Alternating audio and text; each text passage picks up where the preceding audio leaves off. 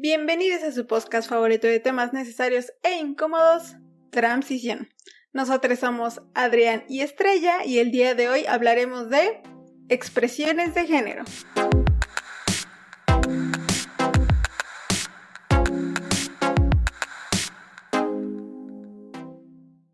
¿Qué es una expresión de género? Recuerden que en algún momento ya hemos mencionado el término expresión de género, sobre todo en los temas de clase cero, identidad de género y orientación sexual. Bueno, pues ya tocaba el turno de hablar específicamente de este tema. La expresión de género es cómo te muestras al mundo, es decir, qué de tus acciones, tu vestimenta, tu forma de ser, inclusive hasta las palabras que puedes llegar a utilizar, hablan de ti, hablan acerca de quién eres, de tu género, es decir, es tu presentación directa al mundo. Y basándonos en los estereotipos, tenemos 3: femenino, masculino y andrógino.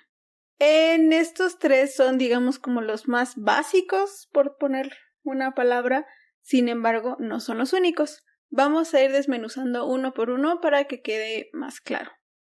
¿Tú qué entiendes por expresión de género masculina? Pues serían estos estereotipos que ponen desde que somos bebés.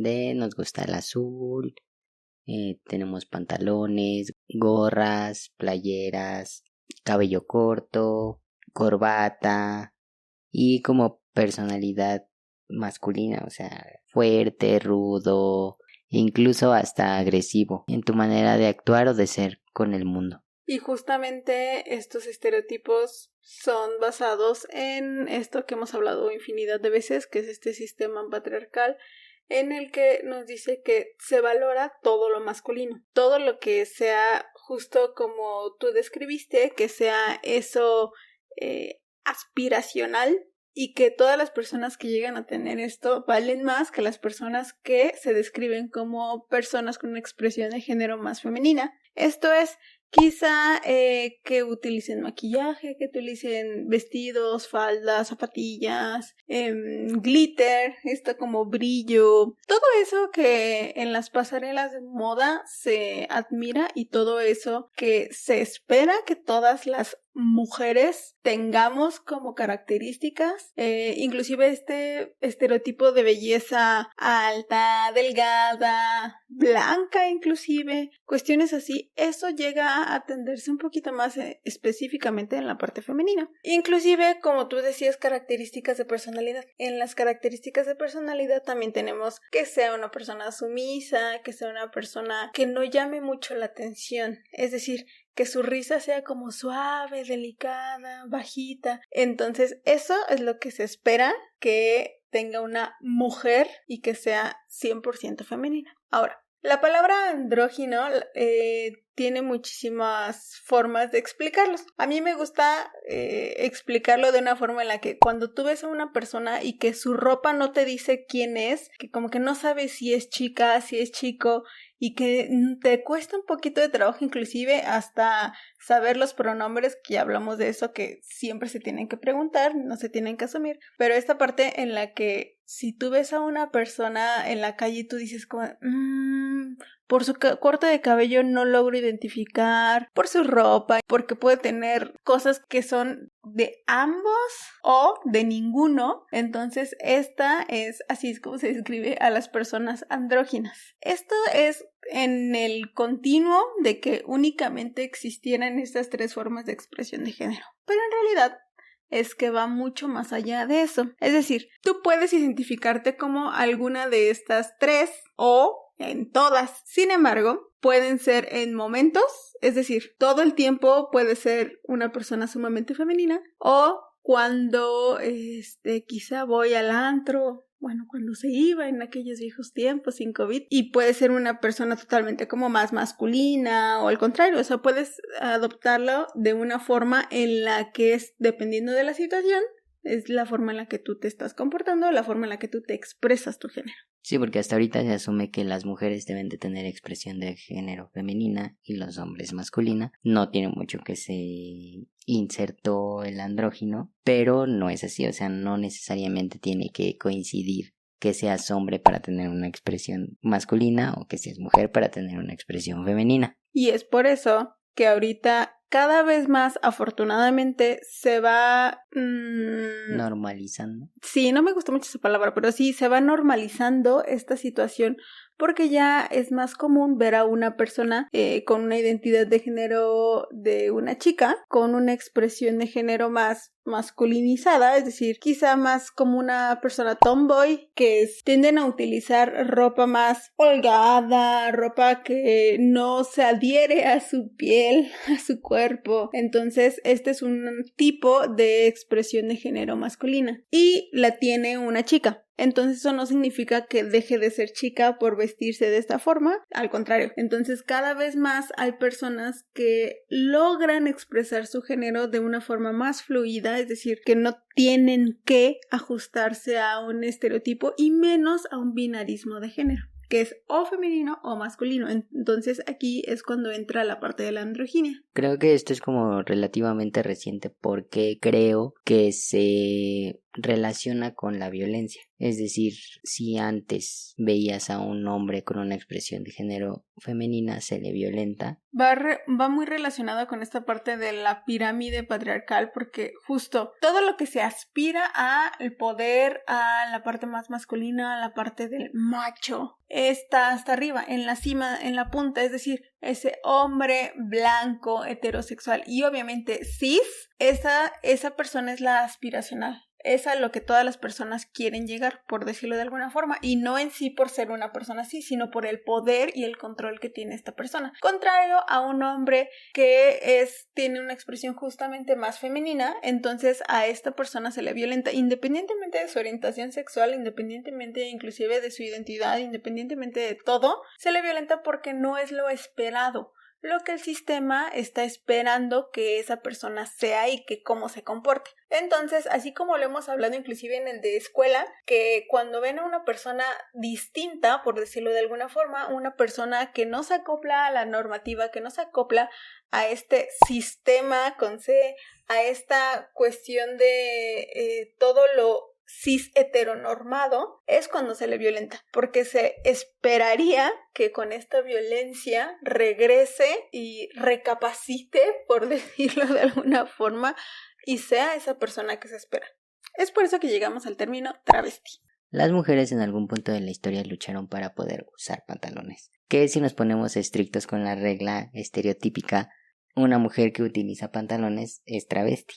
Justo porque se espera que las mujeres solamente podamos utilizar faldas y vestidos y esta clase de ropa. Y justo como lo dices, o sea, cuando una mujer está utilizando un pantalón, se está travestiendo.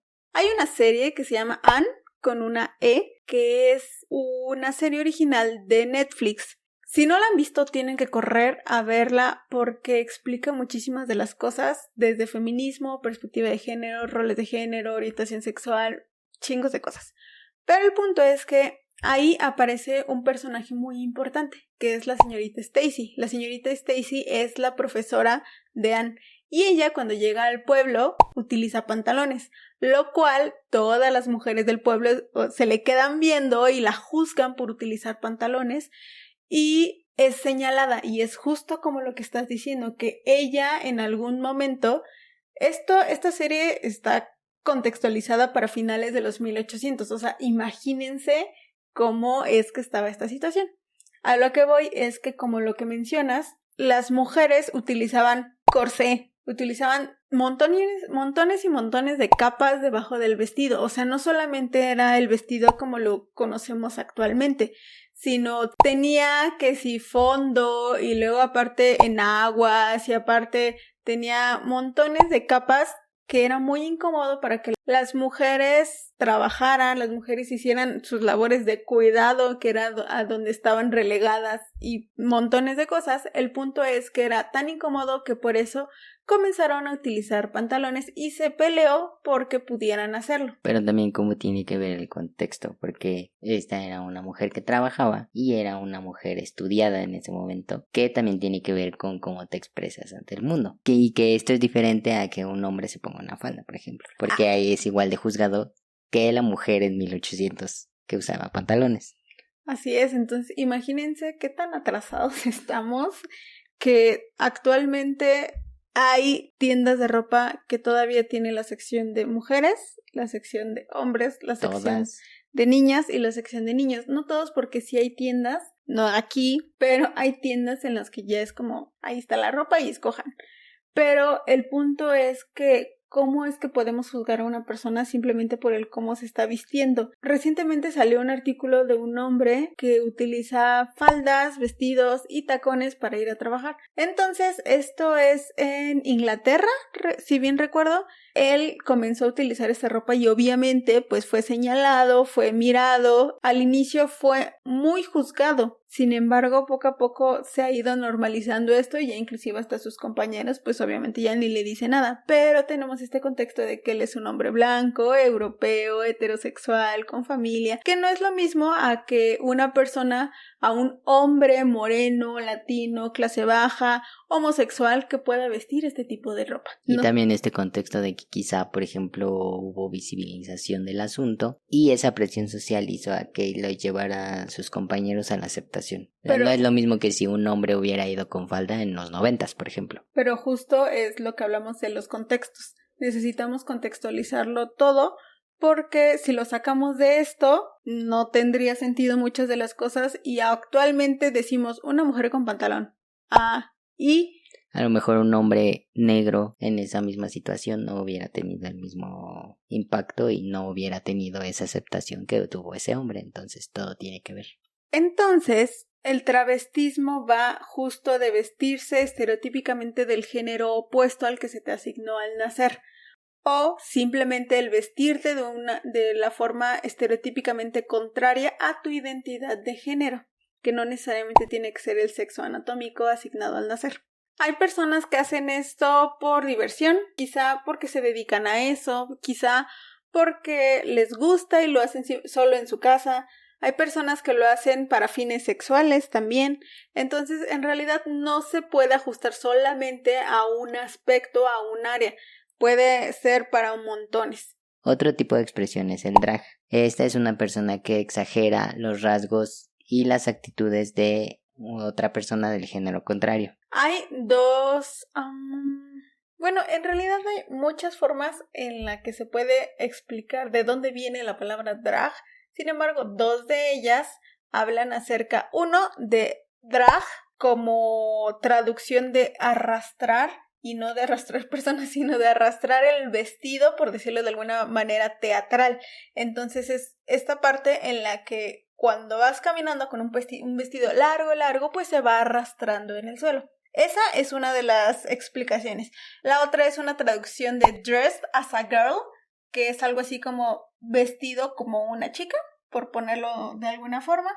Entonces, un poquito de la historia del drag viene en estas puestas de escena en la época victoriana, en la que justo era un tipo de parodia, un tipo de sátira, un tipo de burla justo a los roles de género y a la sociedad, en donde los hombres se vestían con enormes pelucas, enormes vestidos y un maquillaje muy intenso, muy profundo y muy exagerado que se burlaba de estos roles que se les asignaban a las mujeres. Poco a poco se ha ido avanzando e inclusive esto se llevó a la escena, a la puesta de escena en el cabaret. En el cabaret también había esta personificación, esta expresión de género exagerada en la cuestión femenina.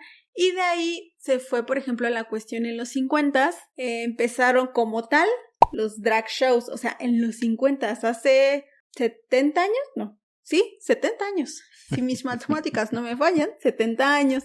Actualmente el drag es visto como arte, un tipo de arte en el que hay expresión artística, teatralidad y, como tú lo decías, exageración de algo. ¿Y tú qué crees de esas personas que dicen que hacer drag es hacer como blackface? Ay, no, ese es un tema muy complicado que nada tiene que ver, porque el blackface es de la burla. Acuérdense que todo lo que tenga que ver en la comedia y en el stand-up tiene que ir la burla hacia los de arriba, no hacia los de abajo. porque si lo estás haciendo a los de abajo, justo tú te estás posicionando como alguien superior, y cuando hablamos de eso hablamos de supremacismo blanco. Entonces, el blackface en realidad es una cosa totalmente distinta al drag. Pero ellos se escudan en que, por ejemplo, es un hombre que está satirizando a una mujer. Entonces, en esta posición de poder es la misma situación. No, porque no está satirizando a una mujer. Está satirizando a lo que se espera de la mujer, que no es lo mismo. Es decir, está justo en contra de los roles de género, está justo en contra de esta expresión de género sumamente femenina, entonces está contra eso, no está contra las mujeres. Específicamente en el blackface, lo que ocurrió, quienes no conozcan qué es blackface, es en algún momento en el teatro, inclusive en el cine. Es cuando saliste de Baltasar en La Pastorela, que te pintaron de cafecito.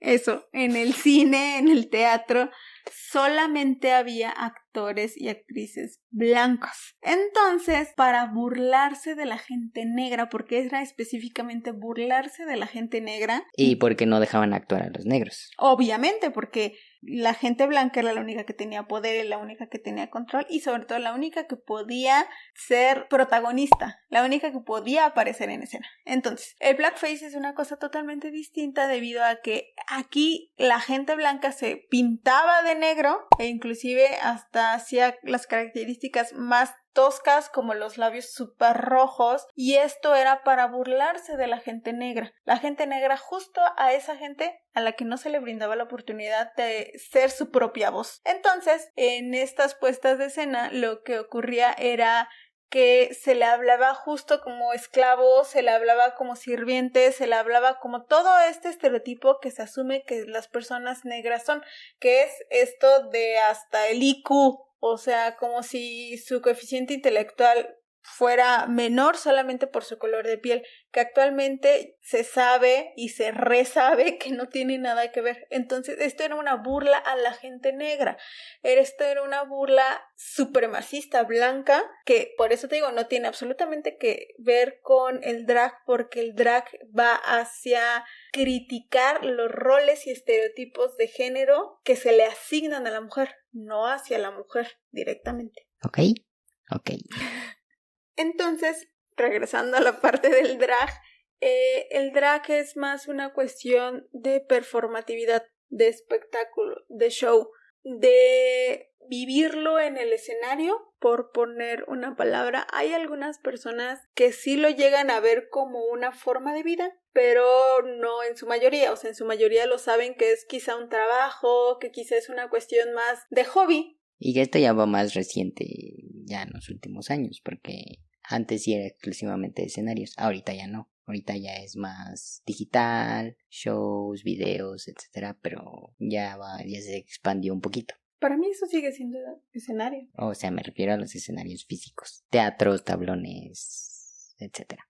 Porque ahorita te puedes parar frente a cámara y es un escenario también. Es algo que estás personificando, tú estás siendo quizá un personaje, quizá estás siendo muy tú, pero es algo que estás mostrando al mundo. Las redes sociales también son un escenario. Para el entretenimiento. Así es. Entonces, esta parte habla de la exageración, de la performatividad, de la expresión, de algo que habla específicamente del espectáculo, de dar con un espectáculo a las demás personas, a otra gente que sabe o no sabe del tema quizá, pero recordando esta parte de cuestionar tanto a la sociedad como a sus roles. Vi una entrevista con una drag y le intentaba explicar a niñes qué es el drag. Y le decía, la drag les preguntaba, ¿alguna vez has visto Hannah Montana?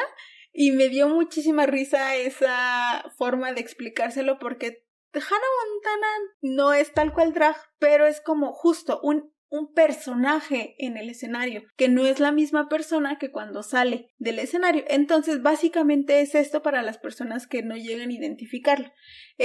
Me subo al escenario, metafóricamente hablando, y soy un personaje. Y estos personajes a veces tardan desde 2 hasta 5, 10 horas en producirse. Entonces, cuando ustedes vean algún espectáculo de alguna persona drag, es muy importante también que sepamos valorar su trabajo, porque no solamente es el tiempo que se tardaron en hacer su personaje desde la parte de la creación, el nombre de los drags es muy importante porque habla de su contexto, habla de quién quieren mostrar al público, la ropa que utilizan, la forma en la que se desenvuelven en el escenario, todo es muy meticulosamente planeado. Y caro aparte.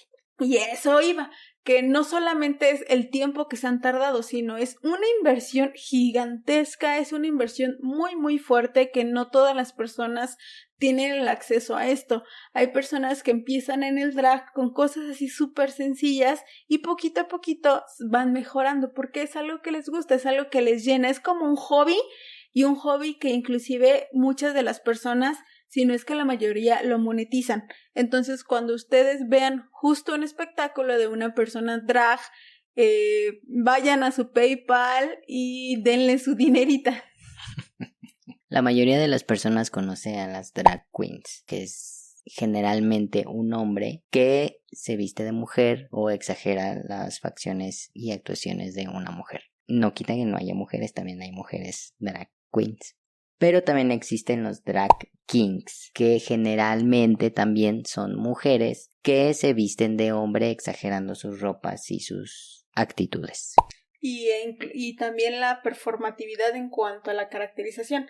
A veces muchos drag kings suelen utilizar barbas, prostéticas, maquillaje también muy exagerado, cosas así que hacen que sus facciones se vean más rudas, más toscas y es exactamente lo mismo. Entonces, este es el punto también, que no centremos todo a que solamente hay drag queens, también hay drag kings. Sin embargo, no son tan visibilizadas como lo son las drag queens, pero eso no significa que no existan.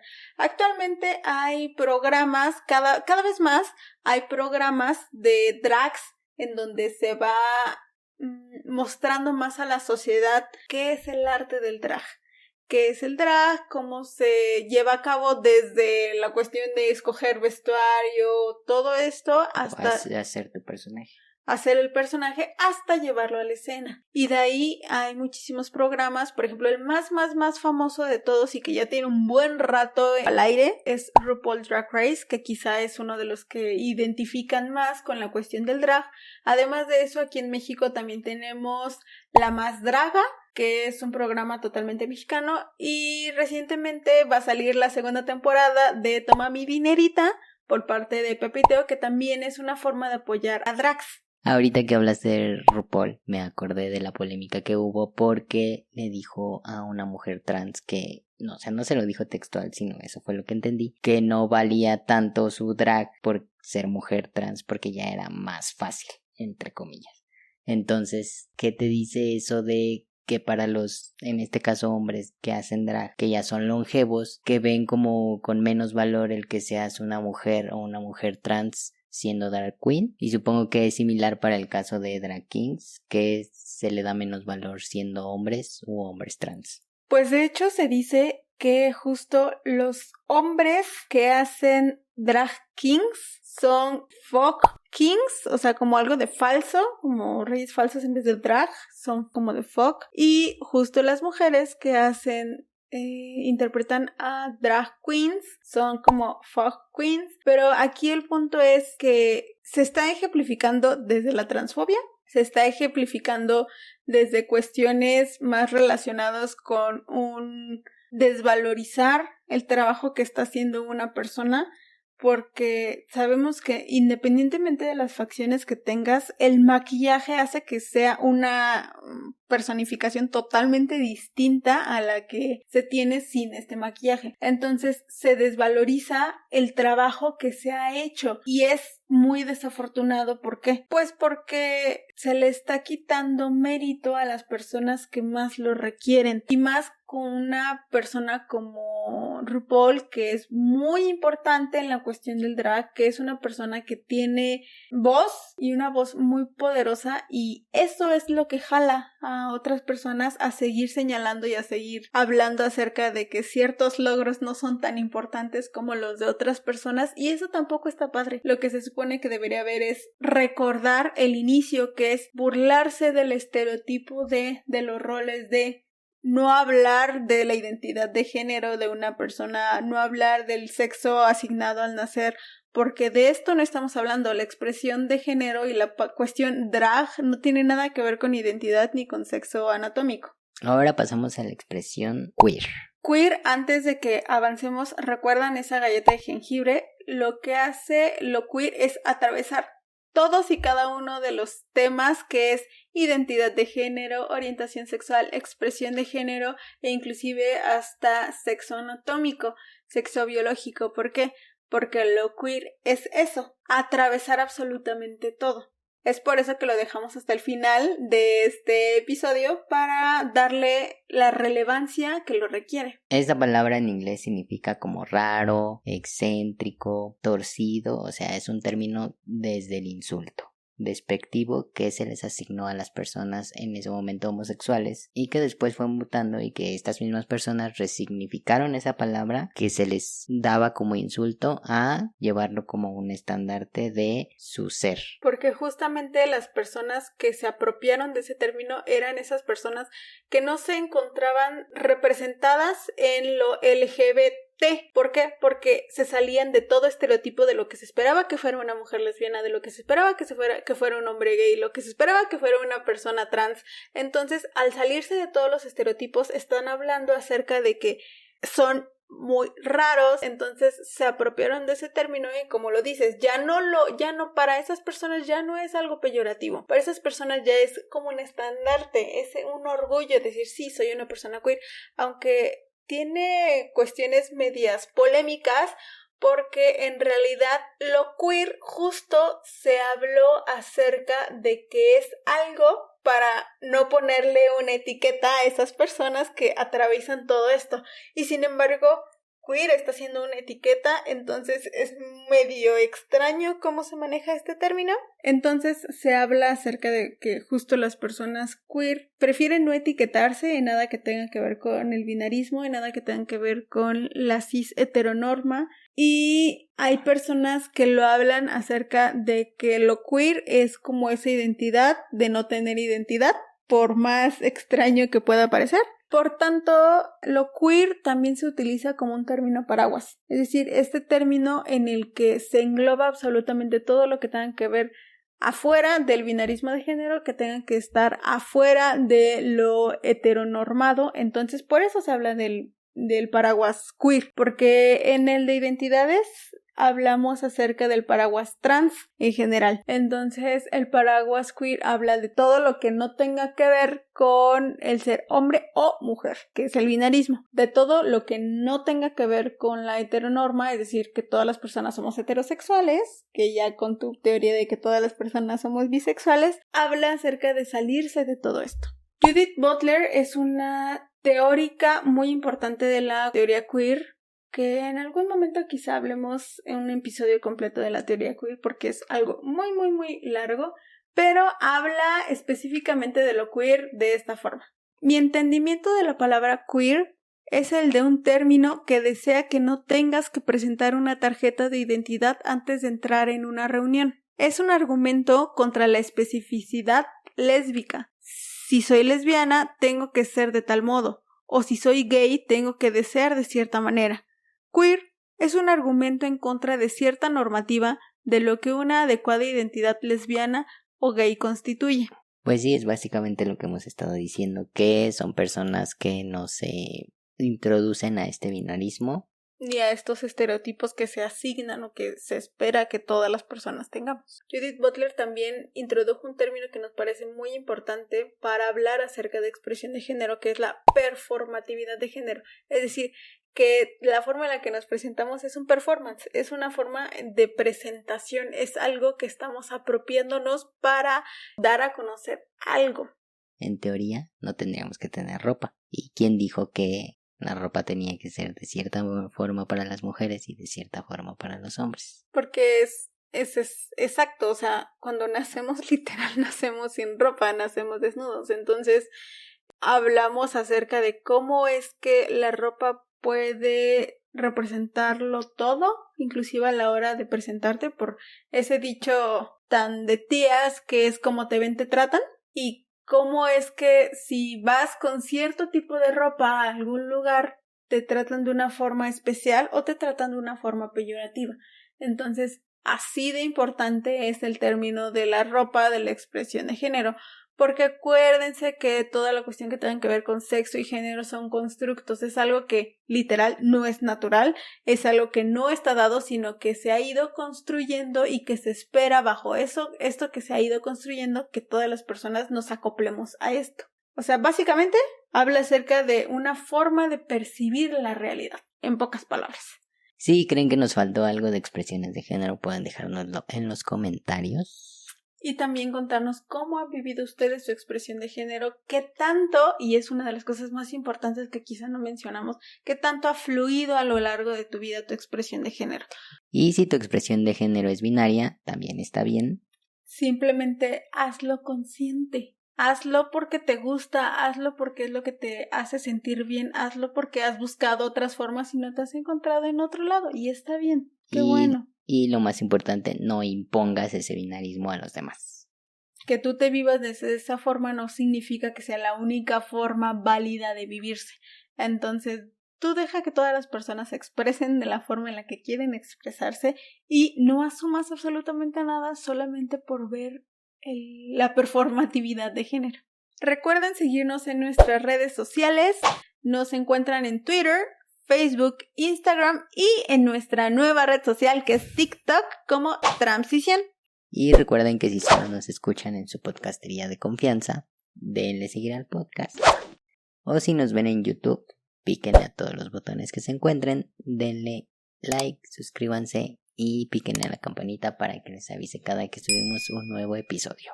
Compartan, ya sea que nos vean en YouTube o ya sea que nos escuchen en cualquiera de las plataformas, compártanlo a quien consideren que es importante que sepa esta información o que ande buscando información como esta. No importa cómo te expreses, no importa cómo te presentes al mundo, lo más importante es que quien presentes seas tú, que tú identifiques la forma en la que te quieres presentar, la forma en la que quieres que las demás personas te conozcan y que sea una forma totalmente auténtica, porque esa persona eres tú y no hay dos personas como tú en el mundo.